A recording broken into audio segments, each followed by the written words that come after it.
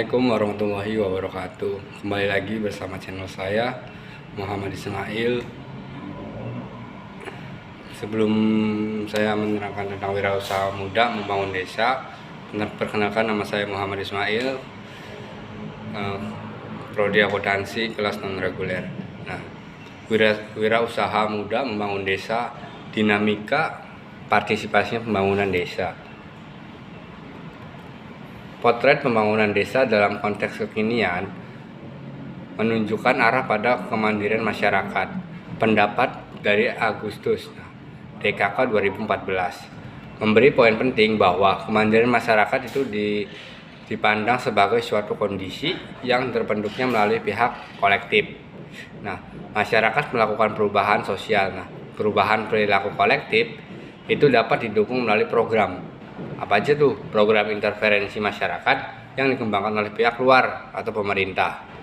Nah, yang mensyaratkan adanya gerakan partisipasi masyarakat. Nah, selain itu dapat juga muncul atas dasar inisiatif dan kreatif masyarakat setempat. Nah, salah satu kajian terdahulu yang menunjukkan perlunya memasukkan unsur pemuda dalam pembangunan desa dilakukan oleh Kartika pada tahun 2013, yaitu potensi kaum muda di desa dapat dioptimalkan melalui kewirausahaan. Nah, sesuai minat dan bakat pemuda serta potensi kaum muda di desa tempat.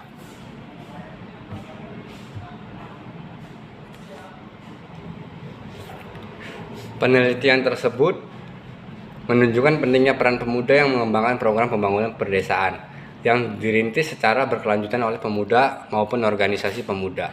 Nah, dari kedua pernyataan tersebut menunjukkan bahwa pemuda sebagai salah satu elemen masyarakat desa memiliki peluang sama dalam peran pembangunan untuk kemajuan dan pengembangan desa. Nah, dalam konteks pembangunan desa, pemuda ini menempati posisi sentral dalam dinamika perjalanan perkembangan desa, termasuk menjadi bagian dari agen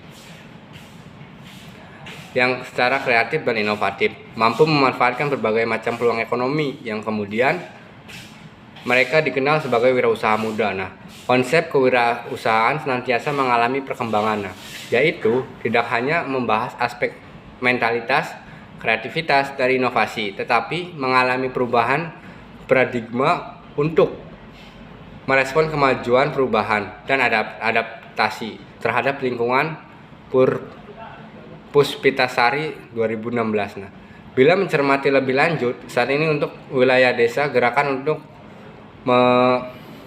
menumbuhkan dan mengembangkan kewirausahaan desa dilakukan oleh pemuda. Nah, kapasitas pengetahuan, semangat serta daya juang yang dimiliki oleh pemuda ini dilakukan oleh pemuda. Nah, menjadi daya ungkit untuk mengoptimalkan berkah sumber daya alam maupun sumber daya lainnya yang ada di wilayah perdesaan. Kondisi ini selaras dengan momentum perubahan paradigma pembangunan desa paksa implementasi Undang-Undang Desa tahun 2014, yaitu mendorong prakarsa gerakan partisipasi masyarakat desa untuk pengembangan potensi dan aset desa bagi kesejahteraan masyarakat desa. Nah, dengan demikian, pemuda menjadi modal penting dalam proses dan pengawalan pembangunan desa secara jangka panjang.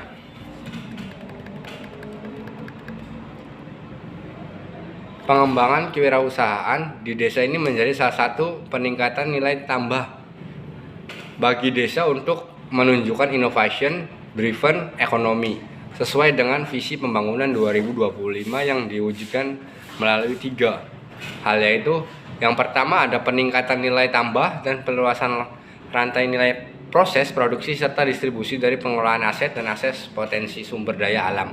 Nah, geografis, wilayah dan sumber daya manusia melalui penciptaan kegiatan ekonomi yang terintegrasi dan sinergis di dalam maupun antar kawasan pusat-pusat pertumbuhan ekonomi.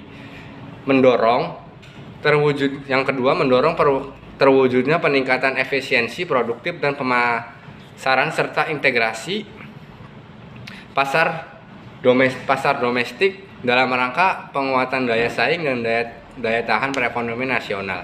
Yang ketiga, mendorong penguatan sistem inovasi nasional di sisi produksi, proses maupun pemasaran untuk penguatan daya saing global yang berkelanjutan Kartika 2013. Nah, kondisi wilayah perdesaan yang ada di Indonesia memiliki beragam karakteristik sosial, ekonomi, dan tingkat perkembangan secara umum. Dalam perumusan kebijakan pembangunan desa dapat dikelompokkan menjadi 3, yaitu 1. Desa cepat berkembang. Nah, desa cepat berkembang kebanyakan adalah desa yang dekat dengan mempunyai akses yang mudah ke kota. Nah, kegiatan ekonomi masyarakat sudah mulai berorientasi pada ekonomi pasar dan menunjukkan perubahan dalam adat dan kebudayaannya. Nah, yang kedua itu ada desa potensinya berkembang. Nah, sementara kelompok desa potensialnya berkembang, kegiatan ekonomi masyarakat ada di sekitar primer, yaitu pertanian dan pertambangan, dengan ciri homogen dalam hal adat dan kebudayaannya.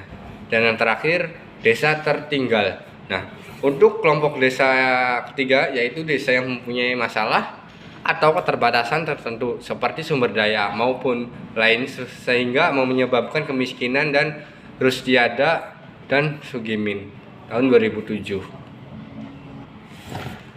Konsep partisipasi masyarakat. Nah, salah satu dalam mengacu pendapat Michelangelo Rukiminto 2008, yaitu yang pertama, partisipasi adalah kontribusi sukarela dan dari masyarakat dalam satu dalam satu proyek pembangunan. Nah, tetapi tanpa mereka ikut terlibat dalam pengambilan keputusan. Yang kedua, ada partisipasi adalah proses pembuatan masyarakat menjadi lebih peka dalam rangka menerima dan merespon berbagai proyek pembangunan.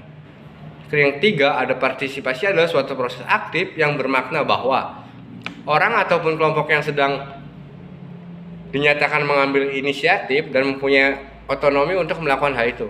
Yang keempat, partisipasinya adalah proses penjembatani dialog antar komunikasi lokal, pihak proyek dalam rangka persiapan, mengimplementasi, pemantauan, dan mengevaluasi staf agar dapat memperoleh informasi tentang konteks sosial ataupun dampak sosial proyek terhadap masyarakat.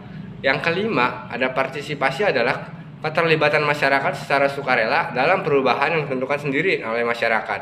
Nah, partisipasinya adalah keterlibatan masyarakat dalam upaya pembangunan lingkungan, kehidupannya, dan diri mereka sendiri. Mungkin itu saja penjelasan tentang wirausaha muda membangun desa, dinamika partisipasi pembangunan desa. Kurang lebihnya mohon maaf. Wassalamualaikum warahmatullahi wabarakatuh.